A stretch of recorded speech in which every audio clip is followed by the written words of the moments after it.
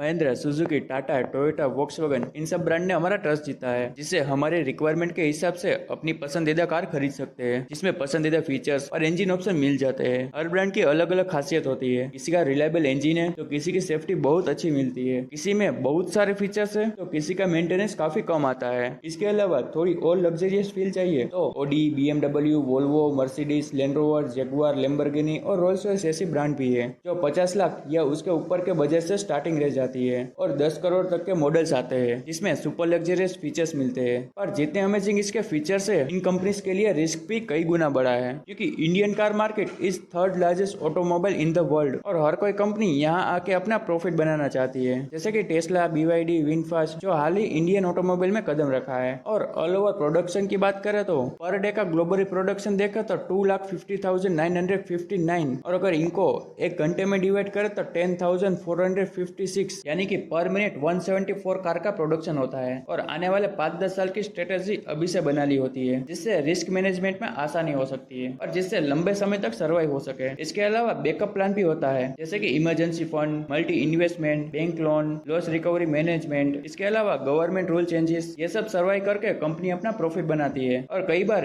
इन condition को survive न करने की वजह से कंपनी को भारी नुकसान और कई हद तक बंद करने की नौबत भी आ सकती है। और इसमें कुछ कंपनी टॉप सेलर बनी हुई है और कुछ बस सर्वाइव करती रहती है। तो आज हम उसी सर्वाइव करती हुई कंपनी रेनॉल्ट की बात करने वाले हैं। रेनॉल्ट कंपनी की शुरुआत आज से 127 साल पहले यानी कि 25 फरवरी 1899 में हुई थी, फ्रांस के बोलोन बिटकॉन शहर में, जिसके फाउंडर लुइस रेनॉल्ट थे, जिसने अपने भाइयों के साथ मिलकर ये कंपनी खोली थी, मार्शल और फर्नेंड रेनॉल्ट के साथ, जिसने अपनी फर्स्ट रेनो कार उसके पिता के एक दोस्त को बेची थी, जो Renault voiturette 1 CV model था। उसके बाद रेनो ने पीछे मुड़ के कभी नहीं देखा। कुछ समय बाद आउटसाइड कंट्री में भी सेलिंग करने लगी और 1907 और 1908 में न्यूयॉर्क में बेस्ट सेलिंग ब्रांड बन गई। रेनो ने buses, commercial vehicle, aircraft engine और मिलिट्री के लिए वेपन भी बनाए हैं, जिस पर एक इंडिविजुअल वीडियो बन सकती है पूरी सक्सेस और हिस्ट्री की, कि कैसे रेनो ने अपने दुश्मन देश की मदद की, व्हीकल और वेपन को ट्रांसपोर्टेशन किया। उसी वजह से लुइस रेनो पर कई केसेस फाइल किए और इसकी कंपनी भी गवर्नमेंट ने अपने पास रख ली। तो अब आते हैं मेन टॉपिक पर कि रेनो इंडिया में कैसे आई, कि इंडिया में प्रॉफिट बनाते बनाते लॉस में कैसे कन्वर्ट हो गई और क्या है रेनो की अगली स्ट्रेटेजी, जो 2023 तक रेनो इंडिया में कमबैक लाने वाला है। रेनो 2005 में इंडिया में आया और महिंद्रा के साथ पार्टनरशिप में 5 साल रहा, पर उसी 5 साल में रेनो का ब्रांड नेम यूज नहीं हुआ। उसके बाद 2010 में महिंद्रा के साथ पार्टनरशिप खत्म करी और अपने ब्रांड नेम के साथ मार्केट में आया और उसी बीच निसान के साथ कोलैब किया और यहाँ रेनो अपने ब्रांड नेम का यूज कर रही थी, पर बैकएंड में रेनो निसान आलिया नाम था। और रेनो का फर्स्ट मॉडल था फ्लुएंस, जो एक प्रीमियम सेगमेंट कार थी, जो 2011 में लॉन्च हुई, पर वो एक्सपेक्टेशन के हिसाब से सेलिंग नहीं हुई और रेनो की फर्स्ट इंडिविजुअल कार फेल हो गई, जो 2011 से 2017 तक 4331 यूनिट ही सेल हुई और फाइनली 2017 में इसे डिसकंटिन्यू कर दिया। रेनो पूरी प्लानिंग के साथ इंडिया में आई थी, जिसका अंदाजा